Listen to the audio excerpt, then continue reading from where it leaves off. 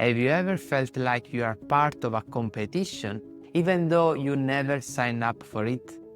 An invisible race, a marathon, with no finish line. We look at others, we compare ourselves, we measure, we judge, and almost always we end up feeling behind. It's as if someone had started when we were children, and from that moment on, we never stopped running.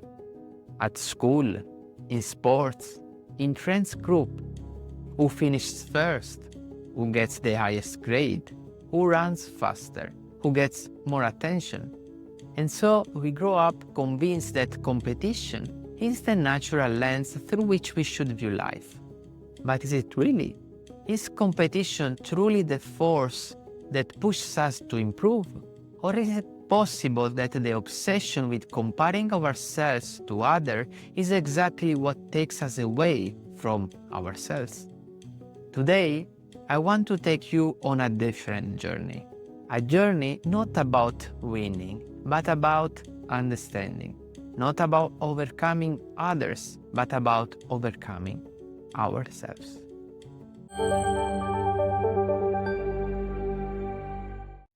From a young age, we get used to a world built on comparison. And in a way, competition is part of our evolution. In nature, life itself emerges from competition. Plants competing for lights, animals competing for territory, species developing traits to survive better than others. Scarcity creates competition, and humans are no exception. Early hominids competed for food, shelter, partners. Many of our instincts come from there: quick reactions, alertness to danger, the tendency to compare.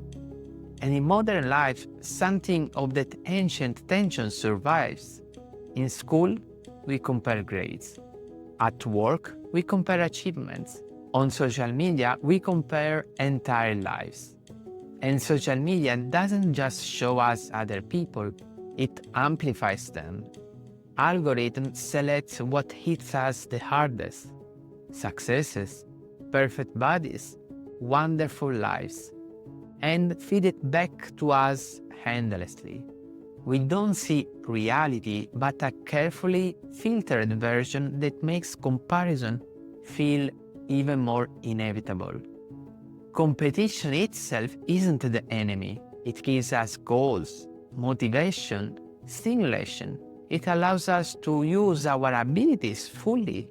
William James once wrote that the greatest discovery of my generation is that human beings can alter their lives by altering their attitudes. And often that attitude is born from a competitive context.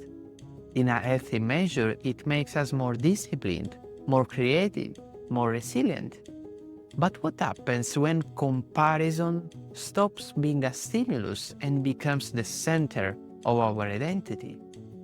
Comparing ourselves isn't wrong. Imitating to learn isn't wrong. Problems begin when our self-esteem starts depending on what others do. We live in a world where everything is comparable. Who is richer, more attractive, more intelligent, more followed, more accomplished?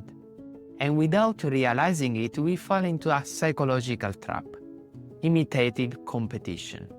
We don't improve to grow, but to avoid feeling inferior. We don't chase our own goals, but the ones we think we should have because everyone else is chasing them. As Schopenhauer wrote, the life of fools is always directed towards the future. And what's in that future? Almost always the distorted image of someone else we are trying to copy or catch up to. The result? We live in a constant sense of inadequacy, because there will always be someone better than us at something, someone ahead, someone who seems to have figured life out.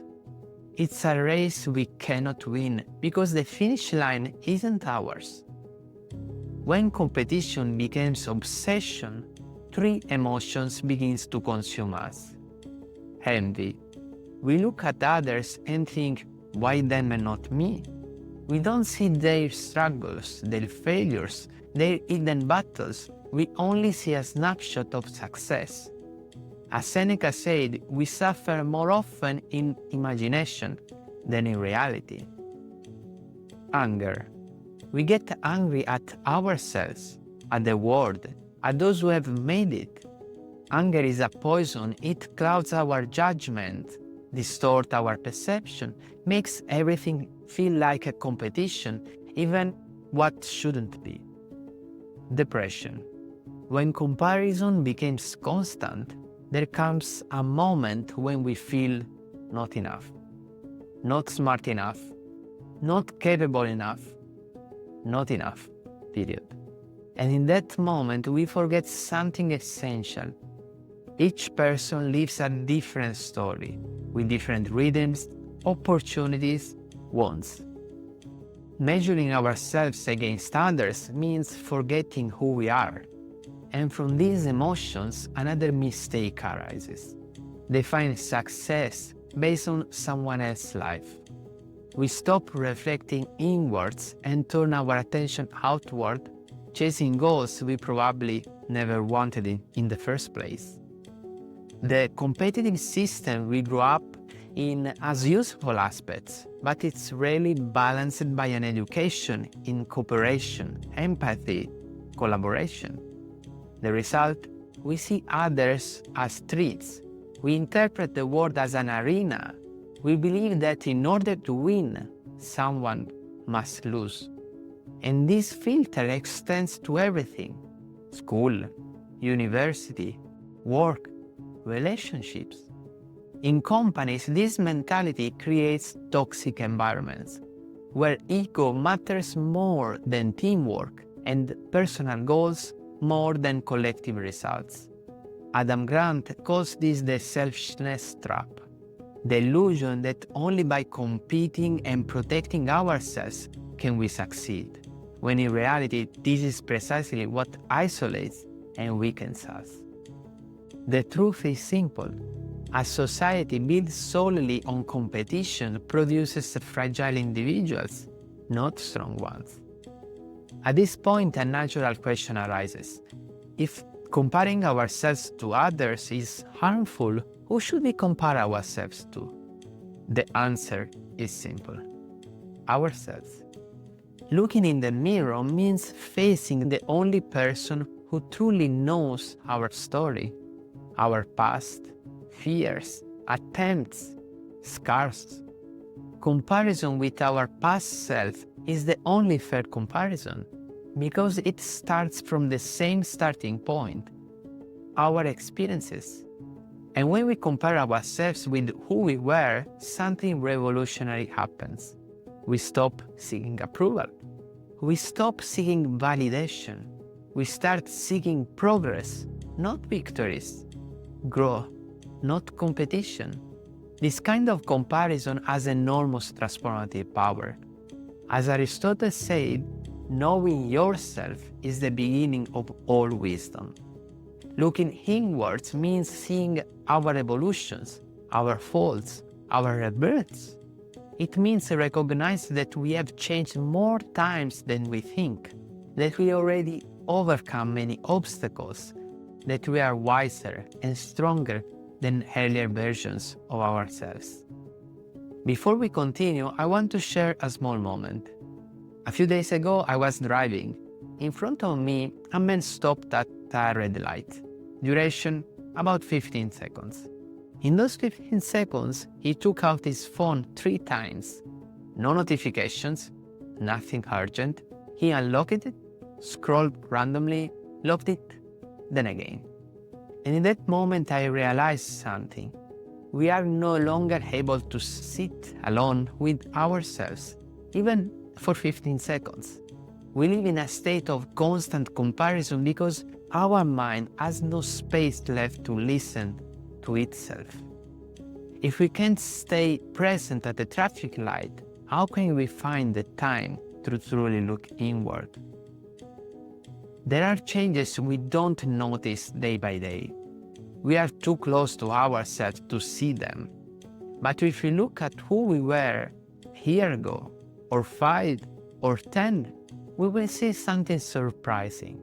New ideas, new perspectives, mistakes turned into lessons, difficulties overcome, accomplishments we now take for granted. It's a silent evolution, invisible, but real. And this kind of comparison doesn't paralyze us, it illuminates us. It shows us how far we have come. It reminds us that we are capable of change. It gives us confidence, humility, strength.